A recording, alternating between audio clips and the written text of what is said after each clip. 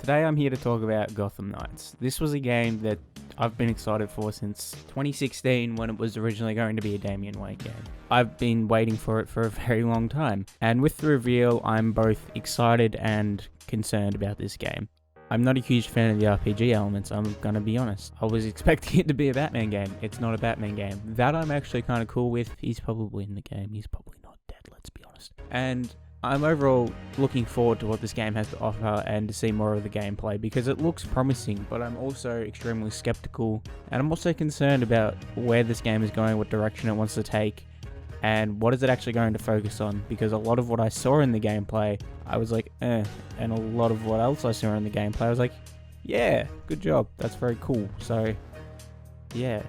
Alright, so firstly, I love the new art direction. I really like where it's going with the art and going for a more vibrant comic book feel. And that was pretty evident with the characters having completely white eyes. That's something that's been missing from a lot of comic book character media, is that white eye thing in the cows and the mask. I thought that was very cool. I think Gotham itself looks great atmospherically, and it looks like it's come straight out of the comic book pages. That's something I'm really excited for. It looks massive, and it looks like a Gotham we are yet to have seen in a long time, because Arkham Knight's Gotham, I don't know, there was something off about Arkham Knight's Gotham, and it was relatively small for what we've been promised. And when that game came out though, it was at the start of the last console generation, well, this console generation, but this one looks to be embracing more of the next gen with PS5 and Xbox Series X, even though it will be available on the PlayStation 4 and Xbox One. Now, where my biggest concern was for this game is the combat. It does look interesting, but I'm not 100% sold on it and its focus on the RPG elements. Now, I really like that the idea is to not follow in the steps of Arkham and do something a little different with the combat, but also have it be a little bit reminiscent of Arkham. And I really like how it's more like Spider-Man almost, where there's no real lock-on system, but you kind of are locked on at the same time. And it's not just square, triangle, that kind of gameplay. That was a lot of fun, but it was kind of simple. So I'm interested to see how it'll all work, because we don't really know how it'll work. We just kind of saw Batgirl beat up a lot of dudes and Robin do some stealth, even though that doesn't look like it was heavily encouraged. So yeah, that's another issue I have as well, is that the Arkham games focused a lot on stealth and its importance, and if you weren't stealthy you were going to die in the Predator areas, but this game kind of is like, you can do either one. And the stealth looks like it's just going to take your time, just take a lot more time than it should, and you're not even going to need to use it because you can just go straight into combat. And the RPG elements, why? Like, it's an overused game trope that it's been in so many games that it's getting really old and stale, and I'm sick of seeing it. I don't want to see it anymore. I've had enough of RPG elements in games. It's something that really disappointed me to see, and it was kind of killed my hype a little bit watching that trailer, because I had to stay up till 3:30. And I was super excited, and I saw the RPG elements and I was just like, why? Why are they in the game? I don't understand why they're in the game.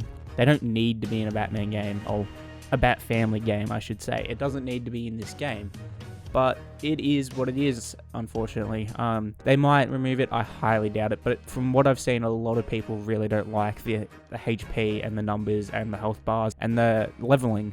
It's very strange. They seem to be kind of copying what the games industry has been doing lately with just overused light RPG mechanics. As it's been said that as the character levels up, the villains stayed the same level. That Mr. Freeze boss fight we saw, you can take on at any level, but it's going to be different in a lot of ways depending on what level you're at, and it's not going to be necessarily harder, but it ain't going to be easier either. So that I'm down for. Like, if they want to do a leveling system and have the enemies stay the same level as you, that's fine, I guess, but at the same time, you don't need it if you're doing that. But overall, I'm just sick of seeing RPG mechanics. We don't need them. If WB Montreal have seen and what the fans are saying, hopefully they'll tone down the RPG elements, or they will, I don't know what they'll do, but I feel like this game is probably going to change a little bit from fan reception that I've seen so far. People are really excited, but there's a lot of issues that people are having with this game as well. Now, one thing that has been promised from way back in 2016 with the Damian Wayne game that was cancelled was the Court of Owls and their focus in this game. And you know what? Good. They're in the game, thankfully, and they look like they're probably the main focus of the game as well, and probably what a lot of the main story will revolve around. And it's probably got something to do with why Batman's quote-unquote dead. He's probably not dead. I'm going to say Batman's probably playable in this game at some stage, but you never know. he could actually be dead. That'd be pretty big balls of them if they do that. Much like Captain America in Avengers, who's apparently dead, but he's not dead. And I got a feeling it's the same with Batman here. He's dead, but he's not really dead. Traversal in this game does look similar to Arkham. I mean, the Batbike's in the game, so I'm assuming that a lot of the free roam will allow you for the Batbike to be used. Batgirl can glide from what I saw. I don't know if Robin can glide or how Nightwing and Red Hood are going to work in the open world. I don't know. I hope it doesn't completely rely on the teleporting, because that mechanic doesn't look like it's going to flow extremely well when traversing. Like, yeah, I don't know how it's all going to work. Maybe there'll be a parkour system in place for these characters and how they can traverse the world. I'm hoping that's how that'll work. I mean, it'd make sense. Nightwing's an acrobat. I mean, I'm sure that'd work for him. I don't know how Jason Todd will traverse the world as Red Hood. And I'm sure probably Robin can glide. I'm not sure. The cape doesn't look like it glides, but it might.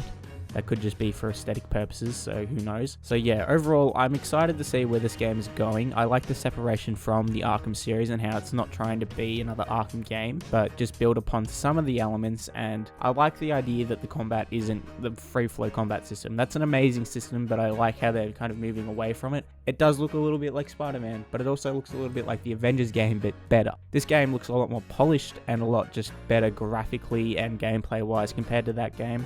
And how the co-op will work in this game will be interesting, but it's also a single player game if you want it to be. Yeah, that'll be great to see how that co-op and single player thing will work, and I think you can do any mission as any character from the Bat family, as we've been told. So that'll be interesting to see how that works with story and cutscenes, because how are they going to do that? But there's only about 4 characters, so there could be tonally different moments, or the writing will be similar but be adapted for that character, for whatever the player chose for that specific mission. And of course, there's a lot more dialogue in this game than the Arkham series, because Batman's very quiet and I quite like that, but these characters, they speak a lot. After all of that, and my very little amount of sleep, and my excitement for this game, and my concerns about the RPG elements, the gameplay, how it'll all flow, I'm still looking forward to this game. I think it could be great, or it could be meh. I don't know. WB Games Montreal haven't released the game in 7 years, and it's a completely new team, so I'm open to seeing what they're capable of and what they're going to put out with Gotham Knights. Anyway, I've been Seth from Silver Cell Gaming. You can check out everything in the description. We have a website, we have a Twitch, of course we have this YouTube channel. You can subscribe, give the video a like. Gonna do a lot more Gotham Knights stuff. My links will be in the description as well. You can follow my Twitter. I have a Twitch as well, where I will be streaming this game next year when it comes out. I've been streaming a lot of stuff on top of this channel. So yeah, if you want to pop by, I'll probably be streaming some Arkham stuff soon. And yeah, anyway, I'll be back later next week, or maybe this week, with the Suicide Squad video, or whatever video I really decide to do. Anyway, see ya.